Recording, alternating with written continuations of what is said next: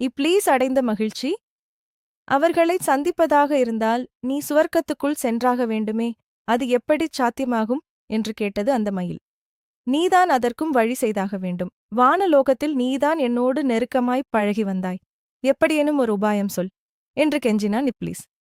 என்னால் உன்னை சுவர்க்கத்துக்குள் கொண்டு செல்ல முடியாது. ஒன்று செய்கிறேன்.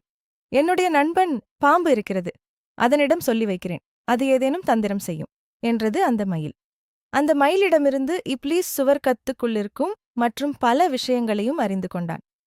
அல்லாஹ் ஹஸ்ரத் ஆதம் அலைஹிஸ்லாம் அவர்களிடம் ஒரு குறிப்பிட்ட மரத்தின் அருகில் மட்டும் செல்லக்கூடாது என்று விதித்திருந்த நிபந்தனையைப் பற்றியும் அந்த மயில் மூலம் கேட்டறிந்தான் இப்ளீஸ். அவன் முகம் மலர்ந்துவிட்டது. பழிக்குப் பழி வாங்க ஒரு நல்ல உபாயம் எனக்கு கிடைத்துவிட்டது என்று மகிழ்ச்சி பெருக்கால் களி நடனம் ஆடத் தொடங்கினான். பாம்பின் தயவை நாடிய இப்ளீஸ் எப்படியும் விரைவில் சுவர்க்கத்துக்குள் நுழைந்துவிட வேண்டுமென்ற ஆவல் இப்ளீஸை மிக அதிகமாக தூண்ட ஆரம்பித்தது. அந்த மயில் குறிப்பிட்டிருந்த பாம்பின் வரவை வெகு அக்கறையுடன் எதிர்நோக்கிக் கொண்டிருந்தான். ஒரு நீண்ட காலத்திற்குப் பிறகு அந்த மயில் குறிப்பிட்டிருந்த அந்த பாம்பு சுவர்க்கத்திலிருந்து வெளிப்பட்டது. அதனைக் கண்டதும் இப்ளீஸ் மகிழ்ச்சி பெருக்கால் ஓடோடி அதனிடம் சென்று தன் விருப்பத்தை வெளியிட்டான்.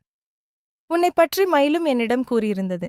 ஆனால் சுவர்க்கத்து தலை வாசலில் பாரா மிகவும் கடுமையாக இருக்கிறது.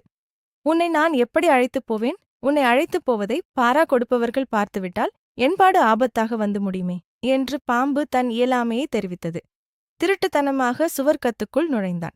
இப்ளீஸ் சிறிது நேரம் யோசனையில் ஆழ்ந்தான். திடீரென்று அவனுக்கு ஒரு யுக்தி தோன்றியது.